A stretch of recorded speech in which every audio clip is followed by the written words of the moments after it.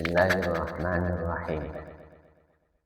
Alhamdulillah, alhamdulillahirabbil alamin wa sallallahu ala sayyidina Muhammadin wa ala alihi wa sahbihi ajma'in, amma ba'du. Para saudaraku sekalian, selamat berjumpa kembali dalam kajian menuju jalan insan mustaqim. Dan dalam kesempatan kali ini kita akan membahas tentang tauhid yang hidup, dan puncak kesempurnaan iman itu adalah bermakrifatillah. Para saudaraku sekalian, sebagaimana telah dijelaskan bahwasanya Allah itu adalah zat yang maha esa, tentunya dengan keesaan yang tidak dapat tertanding dengan apapun. Bahwasanya Allah itu maha esa, tentunya keesaannya tersebut bukan hanya dalam bentuk bilangan atau hitungan, tetapi keesaannya ini meliputi seluruh apapun yang ada padanya, baik wujudnya, sifatnya maupun perbuatannya. Ya, semuanya esa. Ya. Artinya di sini yang dimaksud esa maha suci dari segala macam bentuk tandingan. Tidak ada sesuatu pun yang menandingi wujudnya Allah. Tidak ada sesuatu pun yang menandingi sifat-sifatnya Allah. Dan tidak ada sesuatu pun yang menandingi perbuatan-perbuatannya Allah. Ini makna esa. Jika Anda merasa bahwa Anda memiliki kemampuan sendiri tanpa sadar bahwa kemampuan Anda itu dimampukan oleh Allah, maka rasa memiliki kemampuan seperti itu, ini dapat berarti membuat tandingan terhadap sifat mampunya Allah. Sehingga apa? Sehingga tanpa Anda sadari, Anda ini sedang terjebak dalam kesyirikan.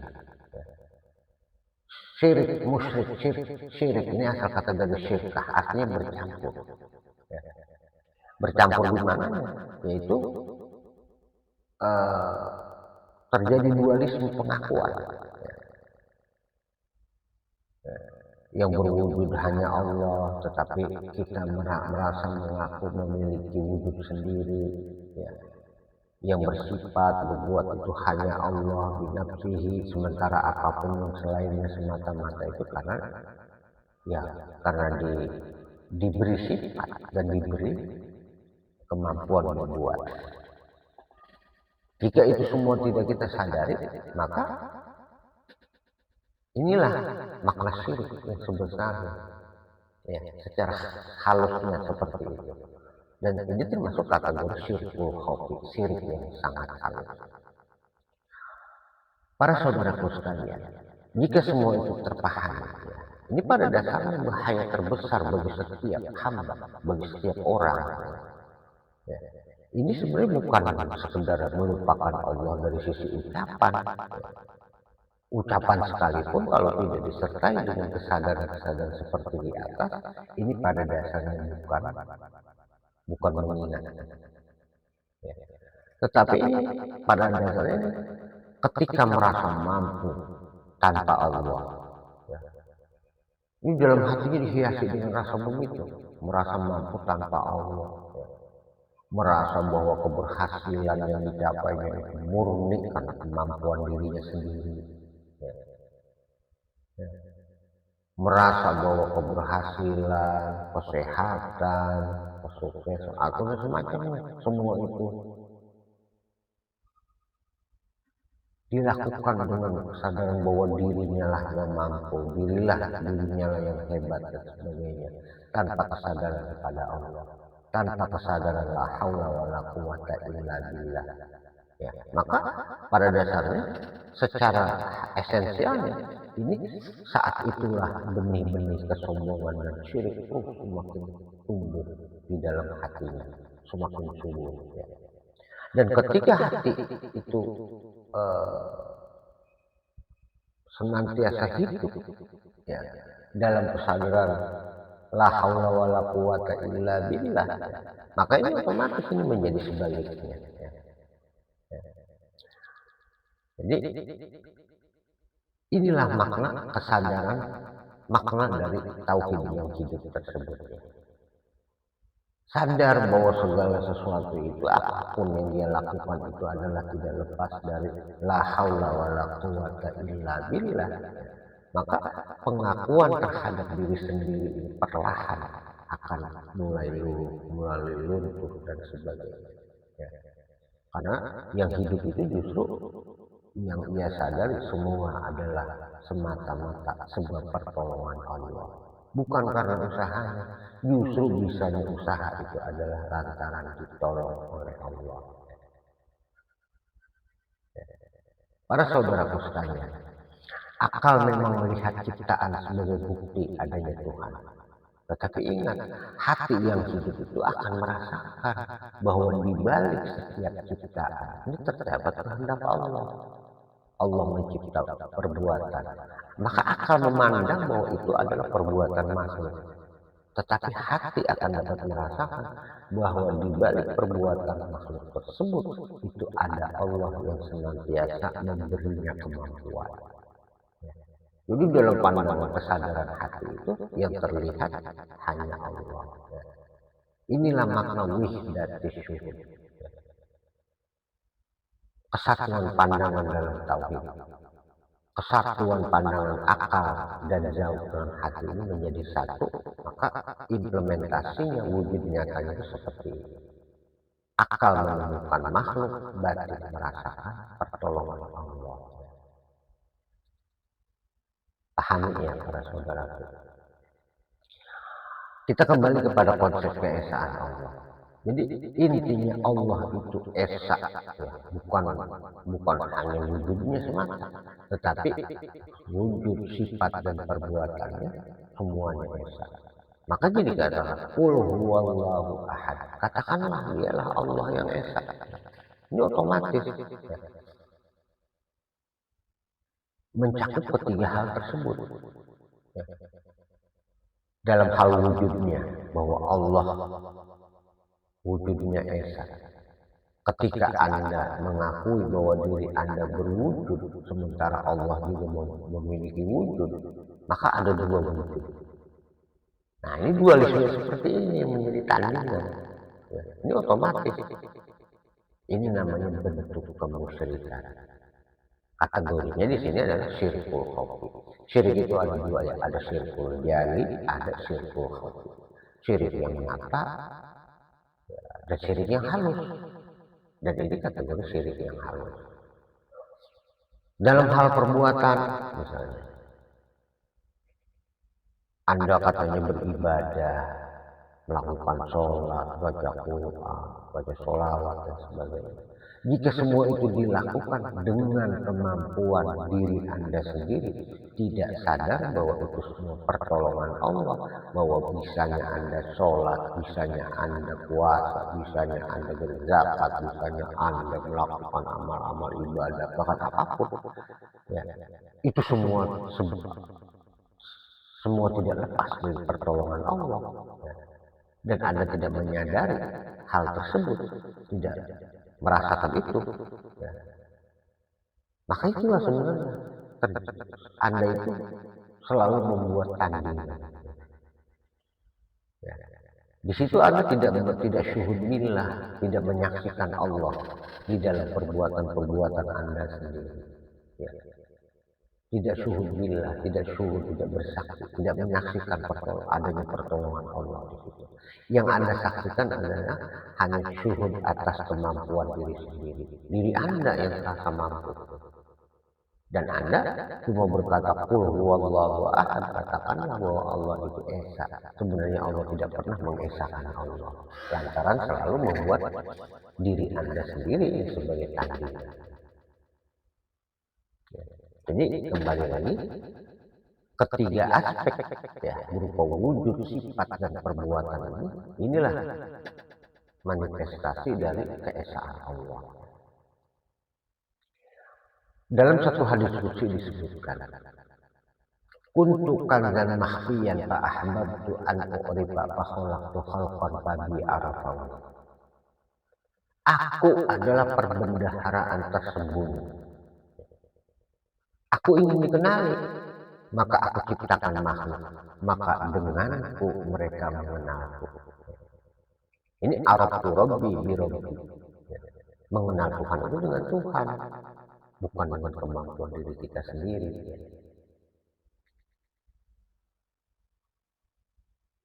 Para saudaraku sekalian, orang yang mampu merasakan kehadiran Allah dalam setiap keadaan, ini disebutnya memang apa? Ya syuhud billah, bersaksi kepada Allah, ya. Yaitu berupa kesadaran menyaksikan tanda-tanda Allah, bahwa Allah itu ada. Ya. Sanurihim ayatina fil afaqi wa fi anfusihim hatta yatabayyana lahum annahu haqq. Perhatikanlah di ufuk. Ya. Wa fi anfusikum, bahkan di dalam dirimu sendiri. Ya. Perhatikan zahir mata lahiriah kita memandang pada apa yang kita temukan, batin kita berusaha menembus sesuatu yang ada di baliknya. Ini namanya memperhatikan. Ya. Perhatikan diri kita, di wujud kita, perbuatan kita dan sebagainya. Hatta yatabayyana lahum annahu haq. Sehingga yang terasa itu oleh hati kita ini hanya al-haq, hanya Allah. Bagaimana tidak? Kita ada sebab Allah. Kita bisa berbicara sebab ditolong oleh Allah. Bisa melihat sebab ditolong oleh Allah. Ya. Ini bukan meniadakan Allah, justru bersama ucapan kita, bersama pendengaran kita, bersama apapun yang kita temukan. Itu semua memperjelas adanya Allah, betapa dekatnya Allah dengan kita. Ini yang dimaksud syuhud billah. Dan orang yang mengalami seperti ini disebut mengalami kesadaran wihdati syuhud di atas. Jadi Allah senantiasa terasa. Ya. Jadi intinya hijab terbesar ini adalah syirik, yaitu selalu membuat tandingan terhadap wujud sifat dan perbuatannya Allah. Faman kana yarju liqa'a rabbih falyamal amalan sholihan wa la yusyrik bi ibadati rabbih ahada. Maka barang siapa yang menginginkan perjumpaan dengan Tuhannya, ya dari sini konteksnya syuhud billah maksudnya. Barang siapa yang menginginkan sampai pada kesadaran syuhud billah, falyamal amalan sholihan, maka kerjakan amal-amal soleh. Apa itu amal-amal soleh? Tentunya yang bersesuaian dengan syariat, ya, yang dituntunkan oleh beliau Rasulullah Shallallahu Alaihi Wasallam. Ya. Tapi ingat, wala yusyrik bi ibadati rabbih ahada. Dan jangan sekali-sekali kamu membuat tandingan di dalam melakukan amal-amal soleh tersebut. Nah, ini persyaratan mutlak untuk bisa mencapai kondisi kesadaran syuhud billah.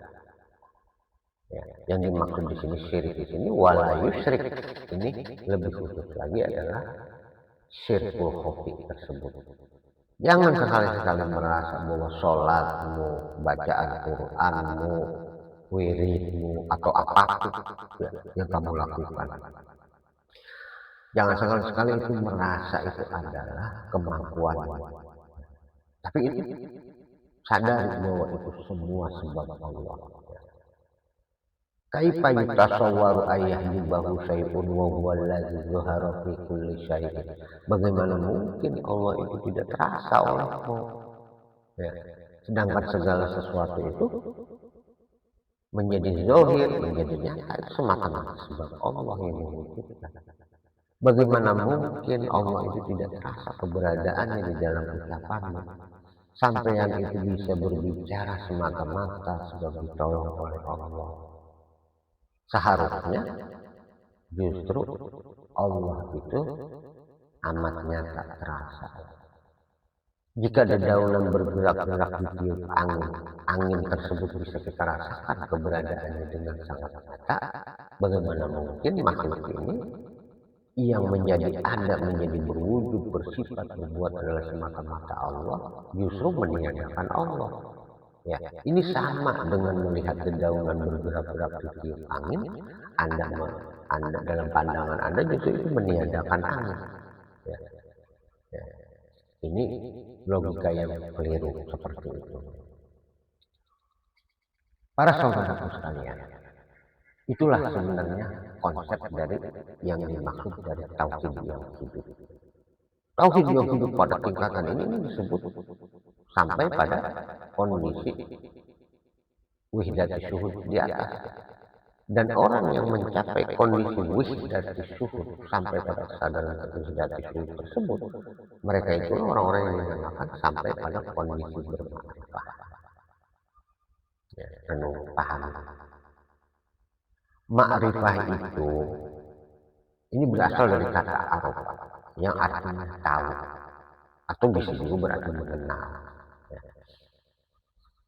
Ya. Tetapi ini dalam konteks perjalanan rohani. Ya. Ma'rifah di sini ini bukan sekedar mengetahui, ya. Bukan sekedar mengenal, bukan sekedar meyakini, percaya bahwa Allah itu ada, bukan sekedar seperti itu. Tetapi melakukan pengenalan, kedekatan, ya, dengan apa? Yang disertai penyaksian hati, ya syuhudillah. Nah, jadi di sini akan terlihat perbedaan antara iman dan makrifah. Iman dan makrifah itu kalau jika digandingkan ini identik sebenarnya. Ya keduanya ini sama-sama soal keyakinan hati maksudnya. Tetapi jika ini dipahami secara terpisah, ini akan terlihat perbedaan dari keduanya. Dan perbedaan itu ya terletak dari kedalaman keyakinan itu sendiri. Ya. Ini harus dipahami. Iman itu ini berasal tumbuh dari tasdik akal pikiran, pembenaran akal pikiran. Dan akal pikiran itu sendiri ini tasdiknya ini berasal dari mana? Yaitu dari ilmu, dari pengetahuan yang diketahui. Lantaran akal itu sudah berilmu, sudah mengetahui, kemudian akal itu membenarkan, maka hati secara otomatis akan mempercayai. Dan mempercayai di sini, ini konteksnya iman. Ya. Kalau bermakrifat berbeda lagi. Ya, secara lebih spesifiknya. Ya. Dia bukan hanya sekedar tahu oleh akal, tetapi rasa dan perasaan itu memang merasakan langsung. Dan ini dapat dianalogikan seperti orang yang percaya dan merasakan langsung manisnya madu. Bisa jadi orang itu percaya bahwa madu itu manis lantaran diberi pengetahuan oleh orang lain. Bahwa madu itu rasanya seperti ini, manisnya seperti ini. Ya. Kemudian dia percaya. Ya. Padahal dia sendiri belum pernah memakan madu tersebut. Nah, inilah yang disebut iman gambarannya. Lantaran diberitahu bahwa Allah itu ada, bahwa Allah itu berwujud, bersifat, berbuat. Ya. Tapi dia tidak merasakan. Dia tahu dan dia percaya. Lantaran bisa jadi orang yang memberitahu itu adalah orang yang sangat dia percayai. Ya. Sehingga dia percaya bahwa Allah itu berwujud, bersifat, dan berbuat. Ya. Inilah yang disebut iman. Ya.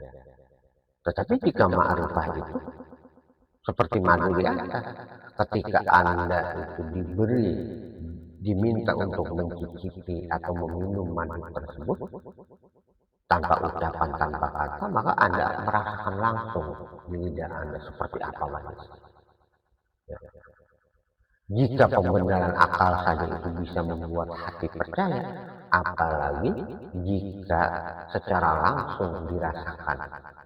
Maka keyakinan itu tentunya jauh lebih sempurna dari sekedar tasdik akal pikiran. Iman mengatakan bahwa Allah itu berwujud, bersifat, berbuat, dan sebagainya. Tetapi hati itu dengan ma'rifahnya itu, ia merasakan wujud, sifat, dan perbuatannya Allah. Ya. Manifestasinya seperti apa? Perwujudan, yaitu tadi seperti gambaran di atas. Ia melihat yang ia rasakan itu pertolongan Allah. Di dalam sholat ia bertakbir, ruku, sujud, membaca bacaan sholat dan sebagainya. Itu semua dalam penyaksiannya itu semua adalah pertolongan Allah, bukan kemampuan dirinya sendiri. Inilah orang yang melakukan syuhud billah. Dan orang-orang yang syuhud billah inilah orang-orang yang terbebas dari kesyirikan. Ya. Ya. Renungkan para saudaraku sekalian. Para saudaraku sekalian, sebagai kalimat akhir, ya, ini perlu direnungkan bahwasanya iman itu selalu berkata bahwa Allah itu ada. Sedangkan ma'rifah itu sendiri selalu berkata tiada daya, tiada kekuatan, tiada sesuatu pun yang berdiri sendiri kecuali dengan pertolongan Allah. Ya. Iman selalu melihat kepada ciptaan sebagai bukti atas adanya Allah. Sedangkan ma'rifah itu selalu menyaksikan kebesaran Allah melalui setiap bukti yang ditemukan oleh akal. Di sanalah hati menemukan ketenangan, taubat menemukan kedalamannya, ya, tauhid menemukan kedalamannya, dan seorang hamba berjalan di bumi dengan jasadnya, ya, sementara ruhnya senantiasa terhubung dengan Allah yang Maha Esa. Zahiruhu ma'al khalqi wa batinuhu ma'allah. Zahirnya terlihat bersama makhluk, tetapi batinnya hanya bersama Allah. Demikian para saudaraku, sampai jumpa pada kajian berikutnya. Lebih kurang saya mohon doakan pintu maaf yang sebesar-besarnya, dan akhirul kalam wabillahi taufiq wal hidayah. Wassalamualaikum warahmatullahi wabarakatuh.